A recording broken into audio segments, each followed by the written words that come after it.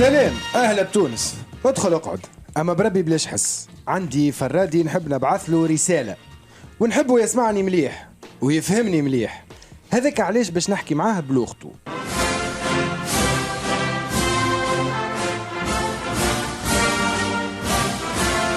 Cher Monsieur Macron, je me permets de vous écrire dans la langue de Benzema, parce que c'est aussi sa langue, n'en déplaise à votre ministre de l'Intérieur.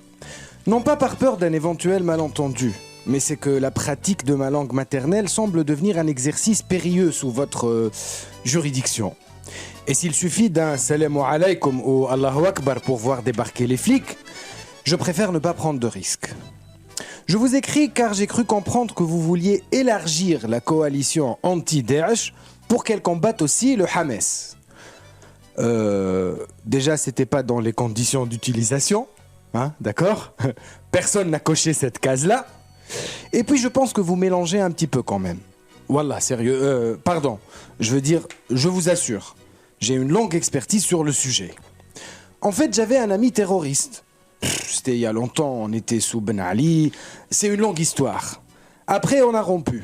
C'était devenu compliqué. J'ai réalisé que les amis de mon ami voulaient me tuer. Bref, c'est pas le sujet. Mon ex-ami n'a tué personne. Il n'a jamais fait de mal à personne. En fait, c'était même pas un bon musulman, le mec. Il faisait pas la prière, il buvait, il blasphémait à longueur de journée, et sa sainte trinité, c'était boire, baiser, fumer. Eh bien, mais alors, où est le terrorisme, me diriez-vous ? Eh bien, patience, monsieur Macron. C'est que le monsieur voulait partir faire le djihad en Irak, rejoindre la résistance irakienne à l'époque dans sa lutte armée contre l'occupation américaine. Cette même résistance qui a enfanté Daesh 4 ou 5 ans après. C'est ainsi qu'il comptait suivre les enseignements de ses deux idoles, Osama Ben Laden et Fidel Castro. Je ne fais pas exprès de vous embrouiller, rassurez-vous. Vous avez assez d'analystes et de centres de recherche pour vous expliquer les motivations anti-impérialistes qui animent bon nombre de djihadistes. Et comment Daesh a été l'enfant non désiré, né du viol de l'Irak par les États-Unis. Tout comme l'a été son prédécesseur et frère cadet, Al-Qaïda. Sauf que cette fois, c'était l'Union soviétique qui avait violé l'Afghanistan. Et qu'à l'époque, Ben Laden et les Moujahidines, c'était cool! Jusqu'à ce qu'ils commencent à balancer des bombes en Europe et des avions aux States. Là, tout d'un coup, la hype est tombée et on a décidé d'envahir l'Irak. Parce que si on veut corriger une erreur, il faut qu'on fasse une connerie monumentale. Alors qu'à la base, c'est pas compliqué. Vous voulez radicaliser des individus, créer des terroristes ? Il suffit d'envahir leurs terres, de tuer leurs familles, de détruire leurs maisons, et de transformer leur pays en champ de guerre mondial relocalisé par procuration. Et c'est là que l'idéologie guerrière, auparavant minoritaire des extrémistes religieux, commence à rallier les plus récalcitrants à ses idées, bien au-delà de son spectre idéologique. Mais vous pouvez faire mieux. Vous pouvez aussi les encercler, les affamer, les priver d'eau, de médicaments, de carburant et d'électricité. Vous pouvez aussi les bombarder à longueur de journée, en les sommant de se déplacer. Et s'ils se déplacent, bombardez les convois en partance de la cité. Là déjà vous avez un bon vivier. On va dire à l'échelle locale. Un bon petit mouvement de résistance armée contre l'occupation. On va appeler ça un Hamas-like.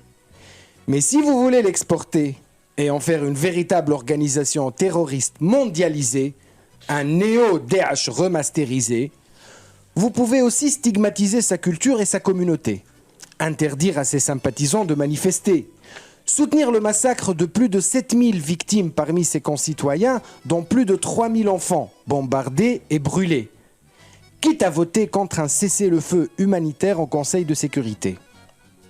Certes, vous risquez quelques accusations de double standard, d'hypocrisie, tout ça, mais vous en foutez, d'autant plus que ça va vous aider. Parce que ça va renforcer les dictatures aux alentours, qui se réjouiront de voir les valeurs des fameuses lumières bafouées, leur caractère sélectif exposé, et leur chantre discrédité. Ils ont désormais la légitimité de réprimer toute revendication de démocratie et de liberté, de désavouer les droits humains et la laïcité, devenus désormais des instruments d'hégémonie colonialiste, que l'homme blanc cherche à nous imposer pour nous assujettir, pendant que lui ne respecte rien, hormis ses intérêts. Et qui dit plus de dictature, dit plus de gens opprimés, emprisonnés, torturés, plus de recrues potentielles pour vos armées de radicaliser. Le cercle vertueux se met en place. Plus de crimes, plus d'hypocrisie, plus de dictature, plus de radicalisés. La roue enflammée tourne, brûle et broie les valeurs universelles et l'humanité, jusqu'à ce que l'extrême droite règne sur toutes les contrées et que la guerre devienne le seul horizon auquel nous puissions aspirer. Bravo, vous avez gagné. Bonne journée, Monsieur le Président. J'espère que mon conseil est apprécié. Et si vous voulez continuer à créer plein de conflits, de dictatures et de radicaux, djihadistes, moujahidines, terroristes, appelez-les comme vous voulez. Surtout ne changez rien. Continuez.